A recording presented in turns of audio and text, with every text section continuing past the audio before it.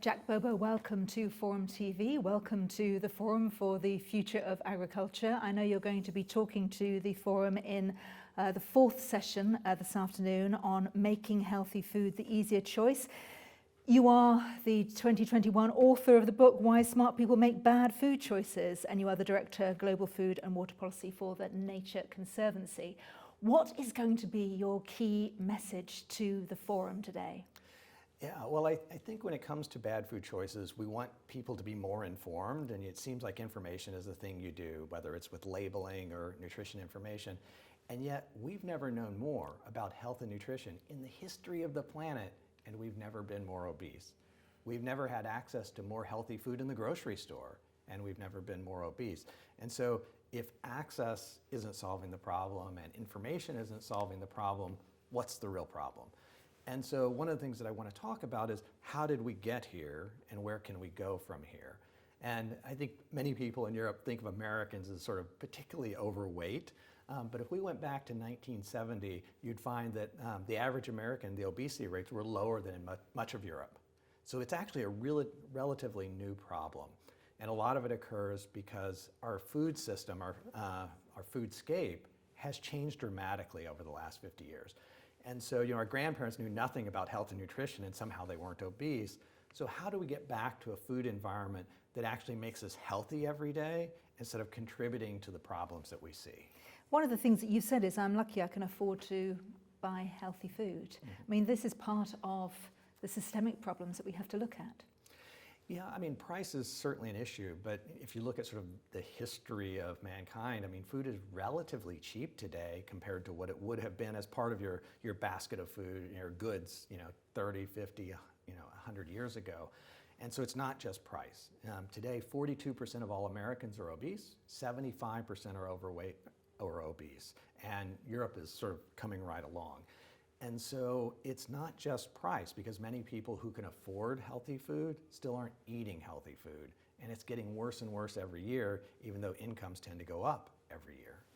At the start of the forum today, Per Espen Stoknes, the Norwegian psychologist, he did talk about behaviours, how research and data doesn't really change attitude and behaviour. So where do the answers start? Where's the call to action for you going to come from? Right. Well, first it comes from understanding what's gone wrong.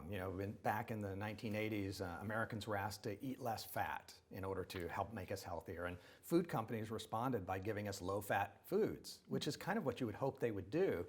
The problem is that then it encountered our brains. And what consumers thought is, well, if one low-fat cookie is good for me, the whole bag must be great. And so the things that companies do, they're actually trying to help us out, actually liberate us to overconsume. And so we need to take that into account. And we need to figure out, well, what would it take? And there are a number of things to do. When you're shopping, make sure you take your shopping list. If you don't bring it home, you won't eat it. Those are the things that we can do. But as society, there's been some great work that was done by the Collaboration for Healthier Lives in the UK. And the grocery stores, they redesigned the grocery store to encourage fruit and vegetable purchases. And over the course of a year, they increased by 10 or 15% fruit and vegetable purchases, and not a single consumer who went to the store and knew they bought more, they just did. And that's the kind of benefits that we would like, is reshaping that food environment to deliver healthy choices without us having to think so hard about it. There's a lot of psychology by the sound of what you're saying. I mean, the thing about labels, red meaning bad, stop, doesn't necessarily solve the problem. And equally, if you said that something was, an exciting ingredient on the menu, the fact that it was vegan as well wouldn't necessarily be, your primary pull to eat and purchase it and eat it. Right, so it's if you go to a store and they've got, the low-fat bean soup. That doesn't sound very appetizing, but what if it was the Cuban black bean soup? That sounds pretty tasty. And so it's the same thing, but by using, our understanding of, how people work, our minds work, we can actually increase the uptake of the healthier choice on the menu, redesigning the menu. The way the items are placed on a menu isn't by chance. You can actually redesign it to increase the purchases of the healthier items. We have lots of stakeholders here today, as you know, at the forum. Are the stakeholders listening to you? So, you know, from the growers to the retailers, to those that set the government regulation, are they listening? Because of course you've talked about voices already, grandparents' generation, you know, your father, so you know, future generation. You know, do you have hope that people will start to listen to some of these messages? I do. I mean, I think we're just at the beginning of the understanding of the importance of behavioral science in affecting these changes. And so, you know, it started with the government of the UK that created a behavioral science unit. Under the Obama administration, there was a behavioral science unit. And so, you know, really, I think that more and more government institutions need to take seriously the potential to use our environment to shape healthy behaviors instead of trying to educate people and just make it more complicated instead of easier.